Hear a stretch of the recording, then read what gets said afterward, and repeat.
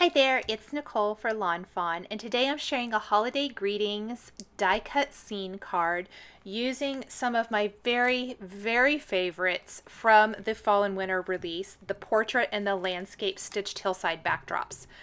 This is going to be a portrait style card. At the end of the video, I will link to some other cards I've created with these backgrounds, but they are super versatile, you guys. I absolutely love these.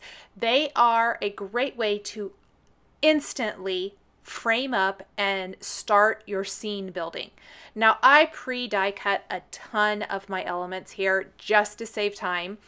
I've got my portrait background from the little inset piece there for the sky. I die cut that from some mermaid cardstock for the sky.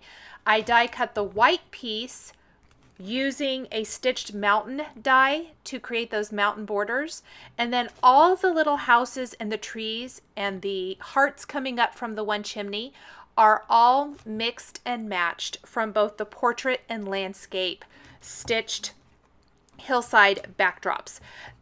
Each one of them comes with a house, different trees, some other little accent pieces.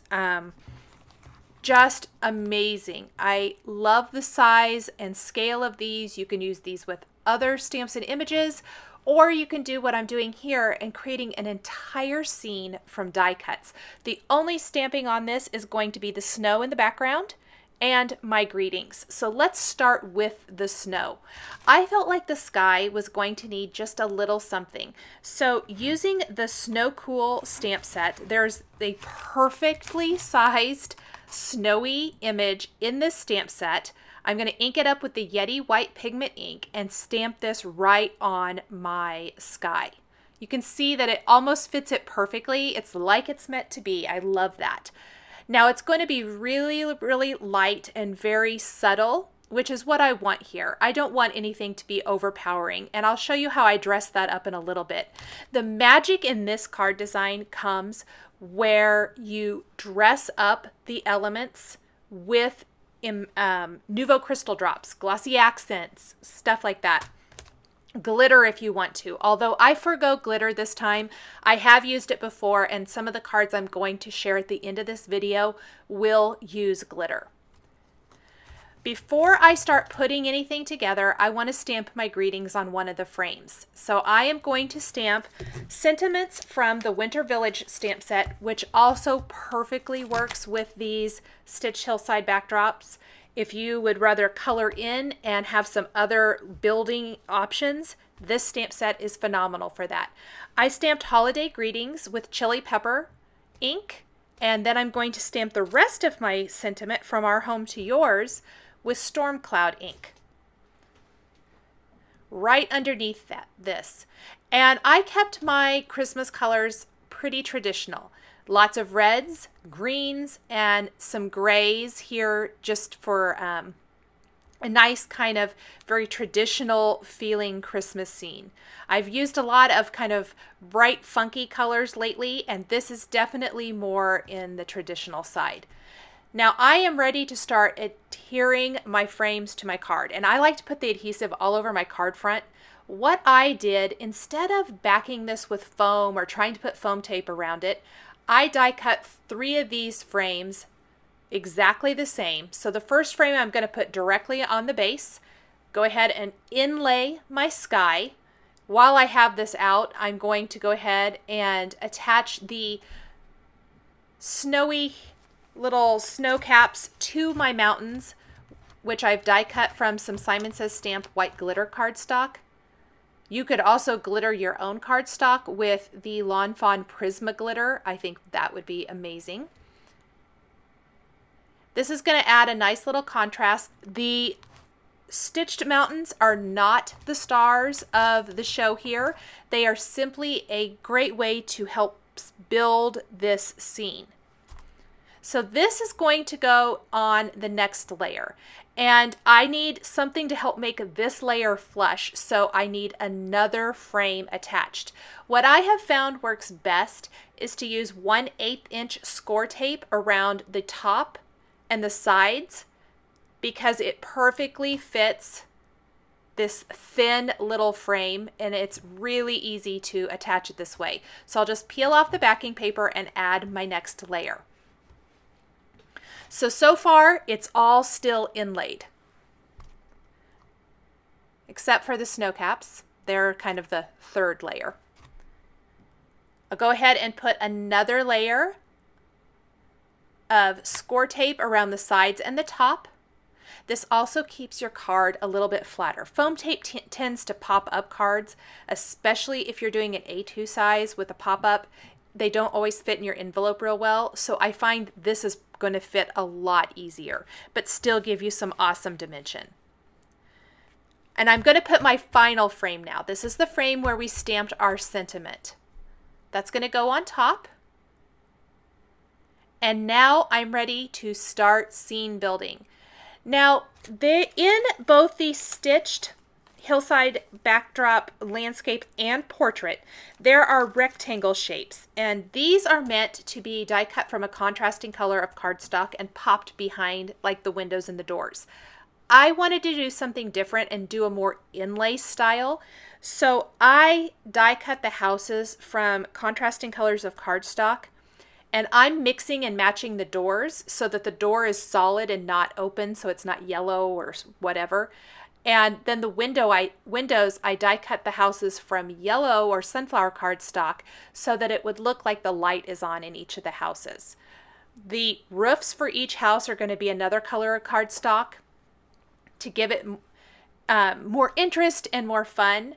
And I have to admit that I absolutely love building these little scenes with these little houses. I don't know what it is about them, but I think they are so much fun to create with, and I think they're just really super cute. I love the little trees. I've die cut the tree bases from Simon Says Stamp dark chocolate cardstock, and then I die cut the actual tree portion from Lawn Fawn Noble Fir. The two gray colors of cardstock I'm using are Narwhal and Storm Cloud from Lawn Fawn. The red is chili pepper, yellow is sunflower, and I think really that's probably about it. I really kept to a pretty minimalistic color palette to give it that Christmassy holiday type of feel.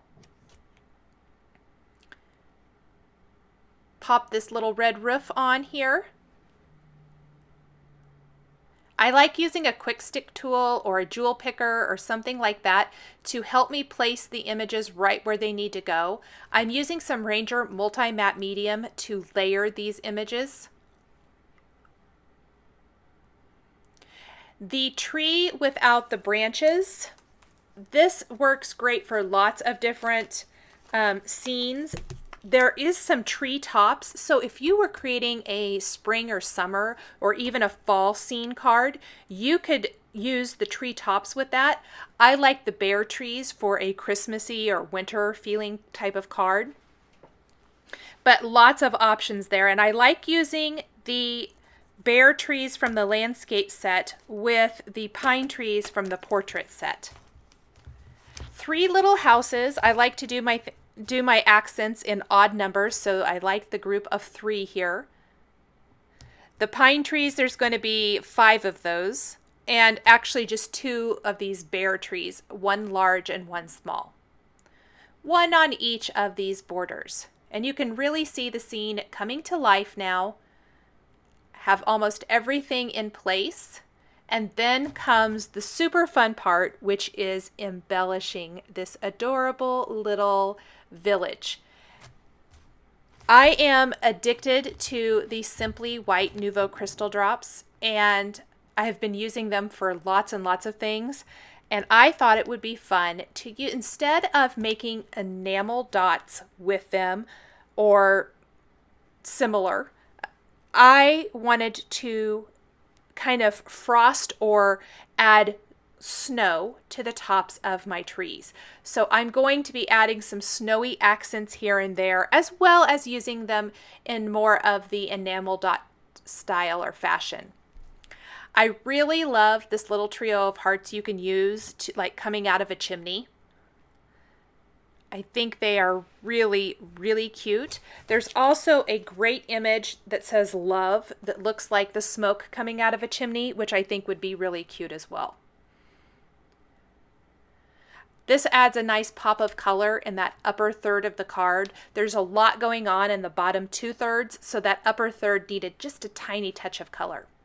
Here is my Simply White Nuvo crystal drops I was talking about, and I'm definitely not doing this super neat and tidy, and I don't want to cover the whole thing. I just want to add little bits of white to my trees, including the bare tree, making it look like snow has kind of, you know, in the tree trunk there, or the tree branch. Now on the roofs, I could have done the more traditional like I did on the smaller house and added that snow. But instead, I decided to do something kind of more gingerbread house looking, and I'm adding little dots across all 3 tiers of the roof. I love that with Nuvo crystal drops, it allows you to create such small, teeny tiny drops like this, and it dresses up the house and makes it super fun. Not only am I doing the teeny tiny dots on the roof with the white Nuvo crystal drops, but I'm going to take ebony black and make little doorknobs on each of the doors, which is going to give them an even more finished and realistic look. I always recommend squirting out your Nuvo crystal drops on either a craft mat or a scrap piece of paper before you take it to your project in case there's any air bubbles and it explodes. Glossy accents is going to be used for the hearts then to make them nice and glossy and give it a great finished look. And at this point, I liked how everything looked, but I felt like the sky was still a little too plain. I'm also adding glossy accents to the windows. So I like that the white pigment ink, this falling snow, so I took the white, Simply White, and added some little snowdrops up there in the sky as well. Thanks for joining me today for this scene card featuring Lawn Fawn stamps and dies. The supplies I used are listed and linked below the video here on YouTube. Here are a couple more videos featuring the stitched hillside backdrops that you might be interested in. Thanks for watching, and we'll catch you next time.